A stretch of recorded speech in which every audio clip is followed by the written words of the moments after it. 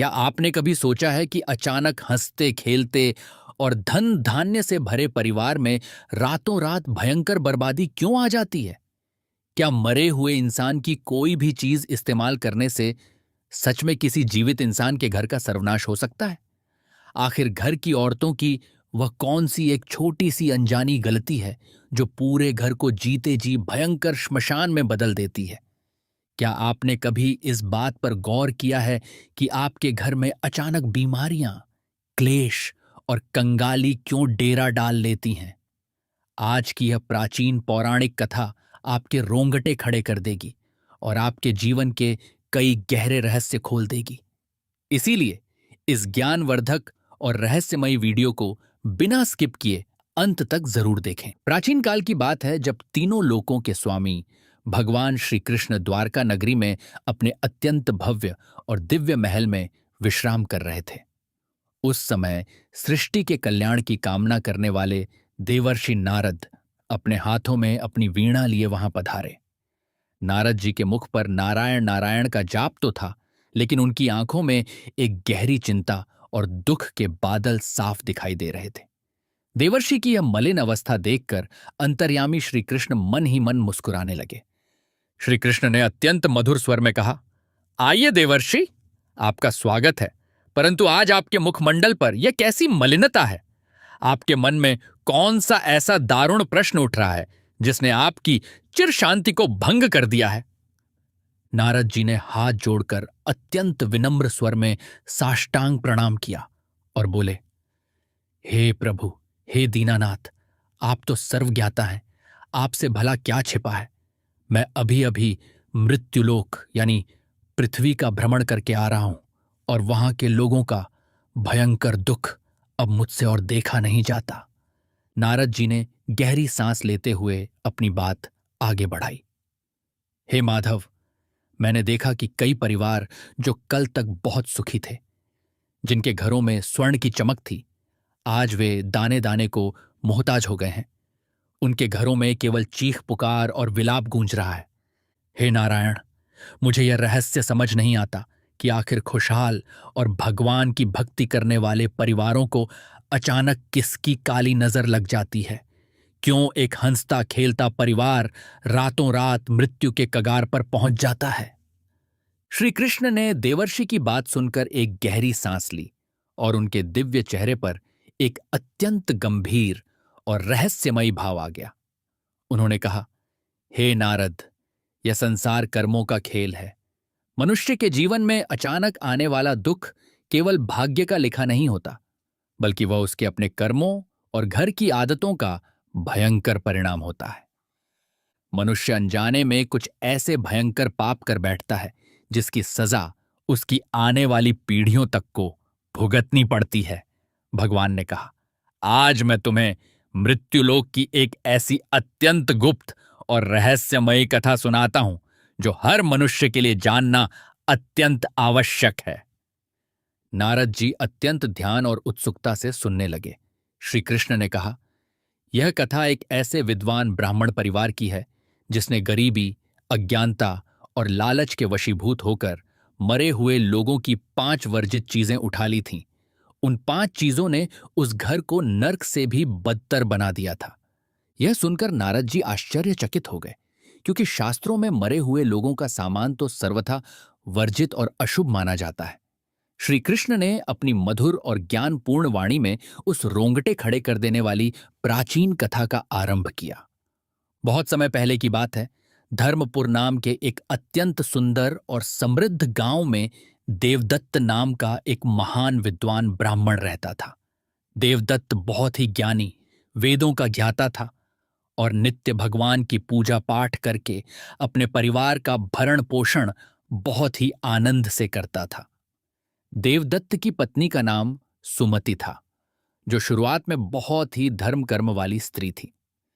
उनके घर में 3 अत्यंत सुंदर और गुणवान बेटियां थीं, जिनके नाम रंभा, काम्या और मोहिनी थे। वे तीनों बेटियां ब्राह्मण देवदत्त के प्राणों से भी प्यारी थीं। देवदत्त का परिवार शुरुआत में बहुत ही सुखी और संपन्न था। उनके घर में कभी अन्न, धन और वस्त्र की कोई कमी नहीं रहती थी। गांव वाले देवदत्त का बहुत सम्मान करते थे और हर शुभ कार्य में उसे आदर से बुलाते थे। लेकिन समय का चक्र हमेशा एक सा नहीं रहता। समय के साथ सुख सुविधाओं के बीच उस ब्राह्मण परिवार में एक ऐसा भयंकर दोष पनपने लगा, एक ऐसी भयानक आदत घर कर गई जिससे वे सभी पूरी तरह अनजान थे। ब्राह्मण की पत्नी सुमति और उसकी तीनों जवान बेटियों को सुख सुविधाओं की ऐसी बुरी लत पड़ गई कि वे अत्यंत आलसी हो गईं। उनके घर में सुबह का सूरज निकलने के कई कई घंटों बाद तक सभी औरतें गहरी नींद में सोती रहती थीं। देवदत्त तो धर्म का पालन करते हुए पूजा के लिए सुबह ब्रह्म मुहूर्त में ही उठकर नदी पर चला जाता था, लेकिन घर की औरतें बहुत देर से सोकर उठती थीं। घर के आंगन में न तो कोई झाड़ू लगती थी और न ही तुलसी में जल चढ़ाया जाता था। और तो और वे औरतें दिन आधा चढ़ने के बाद दोपहर के समय आलस से उठकर स्नान करती थीं। घर के सारे काम भी बहुत देर से और बेमन से किए जाते थे। पूरे घर में एक अजीब सी नकारात्मकता और आलस का वास हो गया था। देवदत्त अत्यंत सरल हृदय का था। उसे लगता था कि उसकी बेटियां अभी नासमझ हैं और पत्नी घर के कामों से थक जाती है, इसीलिए वह उन्हें कभी कुछ नहीं कहता था। लेकिन वह बेचारा ये नहीं जानता था कि औरतों की इस एक छोटी सी आदत ने उनके सर्वनाश का मार्ग खोल दिया है। शास्त्रों का यह अटल नियम है कि जो औरतें सुबह देर से नहाती हैं, उनके घर से माता लक्ष्मी हमेशा के लिए रूठ कर चली जाती हैं। धीरे धीरे उस घर की बरकत पूरी तरह से खत्म होने लगी और सुखों की जगह कंगाली ने ले ली। कुछ ही वर्षों के भीतर देवदत्त के घर का सारा जमा किया हुआ धन धीरे धीरे बीमारियों और व्यर्थ के कामों में समाप्त होने लगा। गांव के लोगों ने भी न जाने क्यों देवदत्त को अपने घरों में पूजा पाठ के लिए बुलाना पूरी तरह से बंद कर दिया। ब्राह्मण देवदत्त की आमदनी पूरी तरह रुक गई और घर में भयानक कंगाली छा गई। नौबत यहां तक आ गई कि सुमति और उसकी तीनों बेटियों को कई कई दिनों तक बिना अन्न के भूखा और प्यासा रहना पड़ता था। भूख से तड़पती और बिलखती अपनी जवान बेटियों को देखकर ब्राह्मण देवदत्त का कलेजा दर्द से फट जाता था। वह रात रात भर रोता रहता और भगवान से पूछता कि आखिर उससे ऐसा कौन सा पाप हो गया है जो उसका परिवार भूखों मर रहा है। एक दिन कड़ाके की ठंड पड़ रही थी। देवदत्त अपनी बेटियों के लिए भोजन और वस्त्र की तलाश में गांव से बाहर श्मशान घाट के पास से निराश होकर गुजर रहा था। तभी उसकी नजर वहां पड़ी एक राख होती चिता पर गई, जो अभी अभी शांत हुई थी। चिता के पास जमीन पर एक मरे हुए अमीर इंसान के कुछ बहुत ही कीमती रेशमी वस्त्र पड़े हुए थे। देवदत्त के मन में अचानक यह ख्याल आया कि ठंड से ठिठुरती उसकी बेटियों के पास पहनने के लिए ढंग के कपड़े तक नहीं हैं। भयंकर गरीबी, मजबूरी और परिवार के मोह ने देवदत्त की सात्विक बुद्धि को पूरी तरह से भ्रष्ट कर दिया। उसने बिना कुछ सोचे समझे मरे हुए व्यक्ति के वे उतरे हुए रेशमी वस्त्र जमीन से उठा लिए। यह वह पहली वर्जित चीज थी जो देवदत्त ने मृत्युलोक को प्राप्त हो चुके एक इंसान की ली थी। घर आकर देवदत्त ने वे कीमती वस्त्र अपनी बेटियों को दे दिए। उन सुंदर वस्त्रों को देखकर और उन्हें पहनकर वे तीनों बहुत खुश हुईं, लेकिन उन्हें नहीं पता था कि उन वस्त्रों के साथ ही घर में एक बहुत ही भयंकर नकारात्मक ऊर्जा और प्रेत बाधा का प्रवेश हो चुका है। उसी रात से घर का माहौल भयानक रूप से बदलने लगा। सबसे बड़ी बेटी रंभा को रात में डरावने सपने आने लगे। उसे लगता जैसे कोई काली परछाई उसका गला दबा रही है और वह आधी रात को पसीने से लथपथ होकर चीख कर उठने लगी। पूरे घर में हमेशा एक अजीब सी घुटन, सड़ांध और डर का अदृश्य साया मंडराने लगा। ऐसा लगता मानो कोई उनके आसपास हर पल खड़ा है। लेकिन देवदत्त अभी भी अपनी इस भयंकर गलती से अनजान था। अगले दिन घर में अन्न का एक दाना तक नहीं था और भूख से सभी के पेट में आग लगी थी। देवदत्त फिर उसी श्मशान वाले रास्ते से गुजरा।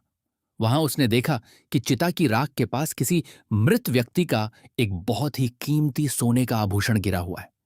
अपनी और अपने परिवार की भूख मिटाने के लालच में देवदत्त ने कांपते हाथों से उस मरे हुए इंसान का वह आभूषण भी उठा लिया। यह मृत्युलोक से जुड़ी वह दूसरी वर्जित चीज थी जिसे किसी जीवित व्यक्ति को कभी भूलकर भी नहीं छूना चाहिए। देवदत्त ने उस सोने के आभूषण को बाजार में एक व्यापारी को बेच दिया और उससे मिले पैसों से कुछ अन्न खरीदकर परिवार को खिलाया। लेकिन मरे हुए इंसान के आभूषण से खरीदा गया वह अन्न पेट में जाते ही भयानक जहर का काम करने लगा। उस भोजन को करते ही उसकी सबसे बड़ी बेटी रंभा गंभीर रूप से बीमार पड़ गई। रंभा के शरीर में तेज सुइयां चुभने जैसी पीड़ा होने लगी और उसका चमकता हुआ सुंदर चेहरा एक ही रात में मृत्यु के समान पीला और भयानक पड़ गया। सुमति अपनी बेटी की यह दुर्दशा देखकर छाती पीट पीट कर रोने लगी और देवताओं से उसके प्राणों की भीख मांगने लगी। लेकिन सुमति को क्या पता था कि उसके देर से नहाने की आदत के कारण उस घर से तो देवताओं का वास पहले ही खत्म हो चुका था। कुछ दिनों बाद गांव में कड़ाके की जानलेवा ठंड पड़ने लगी और घर में ओढ़ने के लिए कोई गर्म कपड़ा या रजाई नहीं थी। देवदत्त की बुद्धि पूरी तरह से भ्रष्ट हो चुकी थी। वह फिर से श्मशान की ओर गया। वहां से वह एक मृत व्यक्ति का अंतिम संस्कार के समय छोड़ा हुआ गर्म बिस्तर और कंबल उठा लाया। यह तीसरी अशुभ चीज थी जो सीधे एक मरे हुए इंसान की ऊर्जा से जुड़ी थी और देवदत्त उसे अपने पवित्र घर ले आया था। उस बिस्तर का उपयोग करते ही उसकी दूसरी बेटी काम्या की मानसिक स्थिति पूरी तरह से बिगड़ गई। काम्या अब पागलों की तरह व्यवहार करने लगी थी। वह अपने बाल नोचती, घर के कोने में अंधेरे में बैठी रहती और अजीब अजीब डरावनी आवाजें निकालकर दीवारों से बातें करती थी। सुमति अपनी दोनों बेटियों की यह दर्दनाक दुर्दशा देखकर खून के आंसू रोने लगी। लेकिन विनाश काले विपरीत बुद्धि, देवदत्त का विवेक और सोचने समझने की शक्ति अब पूरी तरह से नष्ट हो चुकी थी। कुछ समय बाद उसे श्मशान में ही एक मृत व्यक्ति के अंतिम संस्कार और पिंडदान के दौरान इस्तेमाल किए गए तांबे के बर्तन वहां पड़े मिले। देवदत्त ने मूर्खतापूर्ण विचार किया कि इन मजबूत बर्तनों में हम घर का भोजन पका सकते हैं और वह उन अशुद्ध बर्तनों को भी घर उठा लाया। यह मरे हुए व्यक्ति की चौथी चीज थी जिसने उस घर के बचे खुचे पुण्यों को भी जलाकर राख कर दिया। उन तांबे के बर्तनों में जैसे ही पहली बार भोजन पकाया गया और उसे ग्रहण किया गया, देवदत्त की पत्नी सुमति के शरीर में भयानक जलन होने लगी। ऐसा लगा मानो किसी ने उसके शरीर के भीतर धधकती हुई आग लगा दी हो। वह दर्द से तड़प कर जमीन पर लौटने लगी। अब पूरा का पूरा ब्राह्मण परिवार मौत के कगार पर पहुंच चुका था। उस घर में जो कभी वेदों के मंत्रों से गूंजता था, आज सिर्फ बीमारों की दर्दनाक कराहें, रोने और चीखने की आवाजें गूंजती थीं। ब्राह्मण देवदत्त सिर पकड़कर रोता रहता कि आखिर उसे किस जन्म के पाप की इतनी बड़ी सजा मिल रही है। तभी एक रात देवदत्त को उसी श्मशान में एक मरे हुए अघोरी तांत्रिक की रुद्राक्ष की जपमाला पड़ी हुई मिली। गरीबी और दुख से टूट चुके देवदत्त को लगा कि शायद इस माला में कोई अलौकिक या जादुई शक्ति होगी जो उसके परिवार के सारे दुख दूर कर देगी। बिना परिणामों की चिंता किए देवदत्त ने वह पांचवीं चीज यानी मृत व्यक्ति की वह तांत्रिक माला भी अपने पास रख ली। उस भयानक माला को घर लाते ही उसकी तीसरी और सबसे छोटी बेटी मोहिनी, जो अब तक बची हुई थी, उसके प्राण कंठ तक आ गए। मोहिनी की सांसें तेजी से उखड़ने लगीं, उसकी आंखें पलट गईं और ऐसा लगा कि साक्षात काल उसके सिरहाने खड़ा है। अब देवदत्त का सारा धैर्य और सहन शक्ति टूट गई।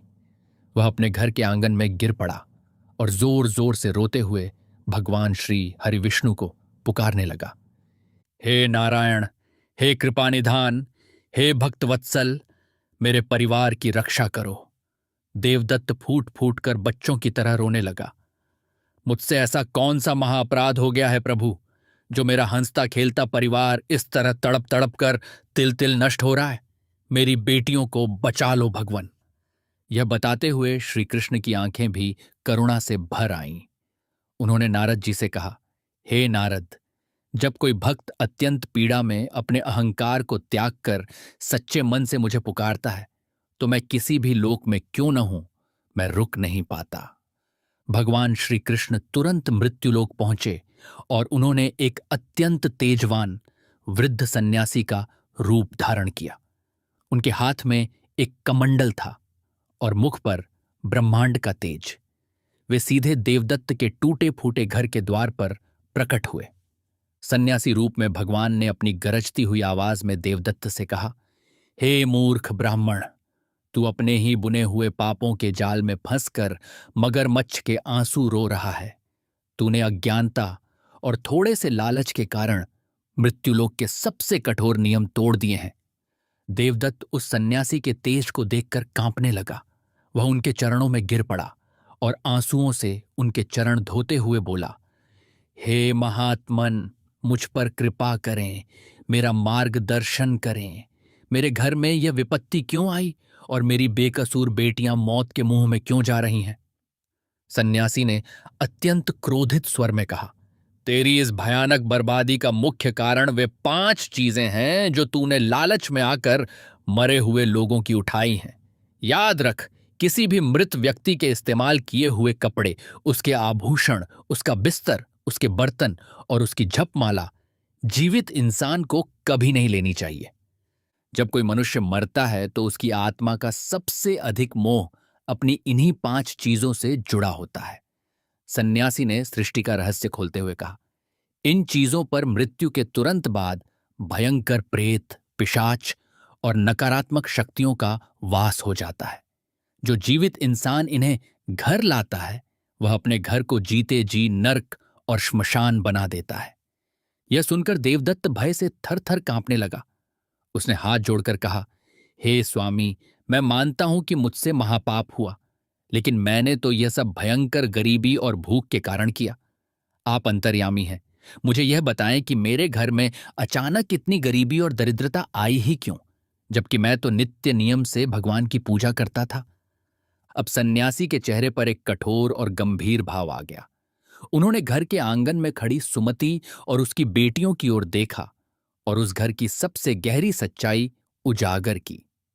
सन्यासी ने कहा, हे ब्राह्मण, तुम्हारी इस दरिद्रता और कंगाली का कारण तुम नहीं हो।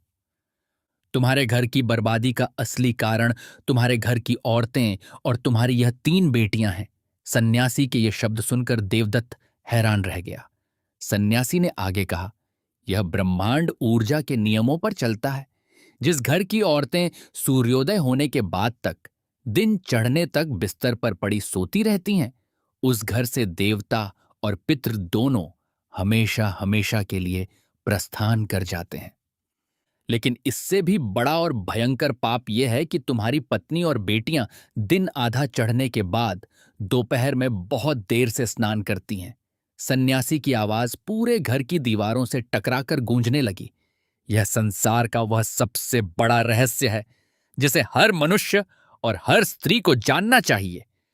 सन्यासी ने ज्ञान देते हुए कहा, शास्त्रों और वेदों में यह बात स्पष्ट रूप से कही गई है कि जो स्त्री सुबह ब्रह्म मुहूर्त में या सूर्योदय के समय स्नान नहीं करती और देर से नहाती है, उसके शरीर से अत्यंत भयंकर नकारात्मक ऊर्जा उत्पन्न होती है। देर से नहाने वाली स्त्री जिस भी चीज को छूती है वह अपवित्र हो जाती है। ऐसा लगातार करने से घर की सारी बरकत, सारा पुण्य खत्म हो जाता है। माता लक्ष्मी ऐसी स्त्रियों से अत्यंत घृणा करती हैं और हमेशा के लिए उस घर का त्याग करके चली जाती हैं। सन्यासी ने देवदत्त की पत्नी सुमति की ओर उंगली उठाते हुए कहा, तुम्हारे देर तक सोने और देर से नहाने के पाप के कारण ही इस घर में दरिद्रता नाम की पिशाचिनी ने प्रवेश किया और उसी भयानक दरिद्रता ने इस बेचारे ब्राह्मण को मरे हुए लोगों का सामान उठाने के पाप की ओर धकेल दिया। तुम ही अपने परिवार की असली कातिल हो। सुमति और उसकी तीनों बेटियों को अब जाकर अपनी भयंकर गलती और अपने आलस के पाप का एहसास हुआ। उनके पैरों तले जमीन खिसक गई। वे सभी फूट फूट कर रोते हुए सन्यासी के चरणों में गिर पड़ी और अपने पापों की क्षमा मांगने लगीं। सुमति ने रोते हुए और हाथ जोड़कर कहा, हे प्रभु, हमें क्षमा कर दें। हम अज्ञानी थीं। हमें बिल्कुल नहीं पता था कि हमारे देर से उठने और देर से नहाने की एक छोटी सी आदत हमारे पूरे परिवार को इस भयंकर विनाश और मौत तक ले आएगी। हमें एक अवसर दें स्वामी। सन्यासी रूपी भगवान श्री हरि विष्णु का हृदय अपने भक्तों के आंसू देखकर पसीज गया। उन्होंने शांत और करुणा भरे स्वर में कहा, सच्चे मन से किया गया पश्चाताप ही दुनिया का सबसे बड़ा प्रायश्चित है। यदि तुम लोग सच में अपने प्राण बचाना चाहते हो तो तुरंत मेरा बताया हुआ एक अचूक उपाय करो। हे ब्राह्मण, अभी के अभी जा और मरे हुए लोगों की वे पांचों चीजें, वस्त्र, आभूषण, बिस्तर, बर्तन और वह तांत्रिक माला, एक लाल कपड़े में बांधकर वापस उसी श्मशान में छोड़कर आ। उसके बाद पूरे घर में हर कोने में शुद्ध गंगा जल का छिड़काव करो और धूप दीप जलाकर भगवान विष्णु का ध्यान करो। और मेरी बात कान खोलकर सुन लो, सन्यासी ने घर की औरतों को कड़ा आदेश देते हुए कहा। आज के बाद इस घर की कोई भी स्त्री सूर्योदय के बाद तक बिस्तर पर नहीं सोएगी। हर स्त्री को सुबह जल्दी उठकर सूर्य की पहली किरण निकलने से पहले स्नान करना होगा। तभी तुम्हारे घर में माता लक्ष्मी का वास वापस होगा।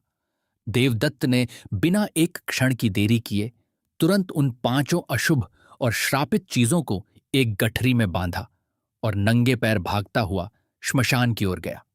उसने उन सभी चीजों को चिता की राख के पास छोड़ दिया और हाथ जोड़कर उन अज्ञात मृत आत्माओं से अपने अपराध की क्षमा मांगी।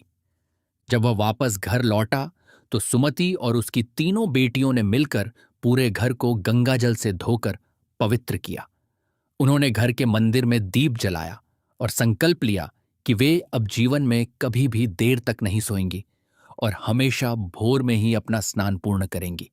अगले ही दिन से उस घर का नियम और ऊर्जा पूरी तरह से बदल गई। सुमति और तीनों बेटियां सुबह ब्रह्म मुहूर्त में उठने लगीं। वे सूर्योदय से पहले स्नान करके घर के आंगन में झाड़ू लगाती और तुलसी माता की पूजा करके घर को सुगंधित करती। धीरे धीरे मरे हुए लोगों की चीजों का वह भयानक नकारात्मक प्रभाव घर से दूर होने लगा। चमत्कारी रूप से रंभा की अज्ञात बीमारी ठीक होने लगी। काम्या का खोया हुआ मानसिक संतुलन वापस आ गया और छोटी मोहिनी भी पूरी तरह से स्वस्थ होकर हंसने खेलने लगी। जैसे जैसे उनके घर में सुबह के स्नान और सूर्योदय से पहले उठने का नियम पक्का हुआ, रूठी हुई माता लक्ष्मी अत्यंत प्रसन्न होकर उनके घर में वापस लौट आईं। देवदत्त को फिर से गांव में बहुत सम्मान मिलने लगा और उसके घर में पहले से भी अधिक धन धान्य की बारिश होने लगी। कथा को यहां विराम देते हुए भगवान श्री कृष्ण ने देवर्षि नारद जी की ओर देखा। भगवान के चेहरे पर एक दिव्य मुस्कान थी। वे बोले, देखा नारद, कैसे एक छोटी सी बुरी आदत और आलस ने पूरे हंसते खेलते परिवार को श्मशान बना दिया था और मरे हुए की वर्जित चीजों ने उन्हें मौत के द्वार तक पहुंचा दिया था। नारद जी ने हाथ जोड़कर अत्यंत अभिभूत होकर कहा, हे दीनानाथ, हे जगत गुरु, आपकी यह लीला और आपका यह ज्ञान सच में अत्यंत अद्भुत है। आज आपने पूरे संसार को एक बहुत बड़ी और अनमोल सीख दी है कि स्वच्छता, समय का कठोर पालन और मृत व्यक्ति की चीजों से दूरी ही मनुष्य के सुखी जीवन का एकमात्र आधार है। श्री कृष्ण ने अंत में अपना हाथ आशीर्वाद की मुद्रा में उठाते हुए कहा, जो भी मनुष्य सच्चे मन से इस कथा को सुनेगा और अपने घर में औरतों के जल्दी उठने और सुबह सूर्योदय से पहले स्नान करने का कड़ा नियम बनाएगा, उसके घर में कभी भी दरिद्रता और बीमारियां प्रवेश नहीं करेंगी। उस घर में सदा मेरा और लक्ष्मी का वास होगा। दोस्तों, यह थी वह अत्यंत रहस्यमयी, भावनात्मक और ज्ञान से परिपूर्ण पौराणिक कथा। क्या आपके घर में भी कोई देर तक सोता है या बहुत देर से नहाता है? हमें कमेंट बॉक्स में लिखकर जरूर बताएं। इस अमूल्य और जीवन रक्षक जानकारी को केवल अपने तक सीमित न रखें। इस वीडियो को लाइक करें, हमारे चैनल को तुरंत सब्सक्राइब करें और अपने परिवार, रिश्तेदारों व दोस्तों के साथ इसे ज्यादा से ज्यादा शेयर करें। कमेंट बॉक्स में पूरे भक्तिभाव से जय श्री कृष्ण लिखना न भूलें। भगवान श्री कृष्ण आप सभी का कल्याण करें। धन्यवाद।